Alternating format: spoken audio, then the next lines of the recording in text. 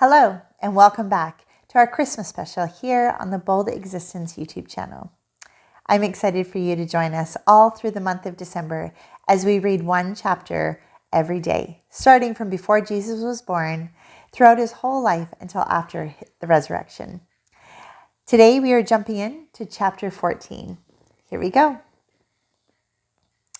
And it came about when he went into the house of one of the leaders of the Pharisees on the Sabbath to eat bread, that they were watching him closely. And there, in front of him, was a certain man suffering from dropsy. And Jesus answered and spoke to the lawyers and Pharisees, saying, Is it lawful to heal on the Sabbath or not? But they kept silent, and he took hold of him and healed him and sent him away. And he said to them, Which one of you shall have a son or an ox fall into a well, and will not immediately pull him out on a Sabbath day? And they could make no reply to this.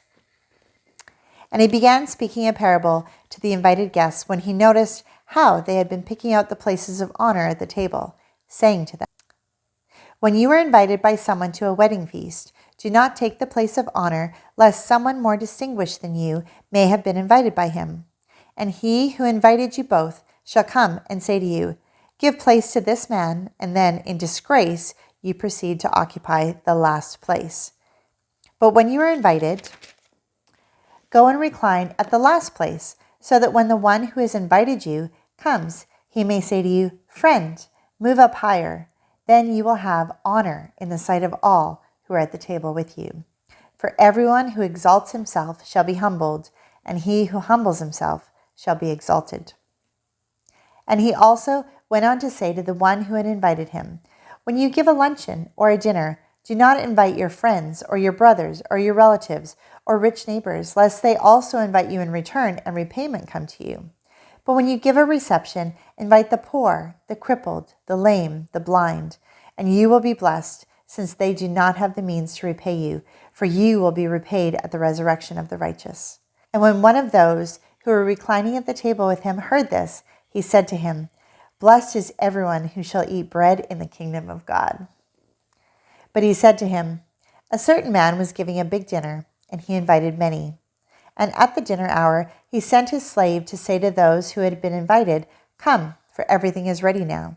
But they all alike began to make excuses. The first one said to him, I have brought a piece of land, and I need to go and look at it. Please consider me excused. And another one said, I have bought 5 yoke of oxen, and I am going to try them out. Please consider me excused. And another one said, I have married a wife, and for that reason I cannot come. And the slave came back and reported this to his master. Then the head of the household became angry and said to his slave, Go out at once into the streets and the lanes of the city, and bring in here the poor and crippled and blind and lame. And the slave said, Master, what you commanded has been done, and still there is room.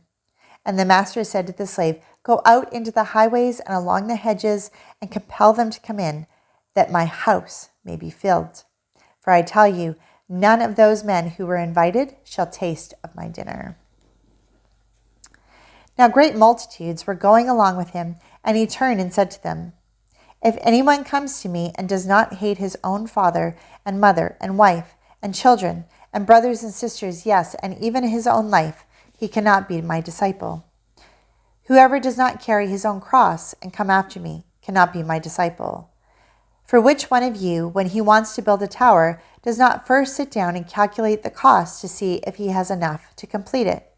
Otherwise, when he has laid a foundation and is not able to finish, all who observe it begin to ridicule him, saying, This man began to build and was not able to finish. Or what king, when he sets out to meet another king in battle, will not first sit down and take counsel whether he is strong enough with 10,000 men to encounter the one coming against him with 20,000? Or else, while the other is still far away, he sends a delegation and asks terms of peace. So therefore, no one of you can be my disciple who does not give up all his own possessions. Therefore, salt is good, but if even salt has become tasteless, with what will it be seasoned? It is useless either for the soil or for the manure pile. It is thrown out. He who has ears to hear, let him hear. That concludes our reading of chapter 14 today. I look forward to seeing you back here tomorrow as we jump into chapter 15.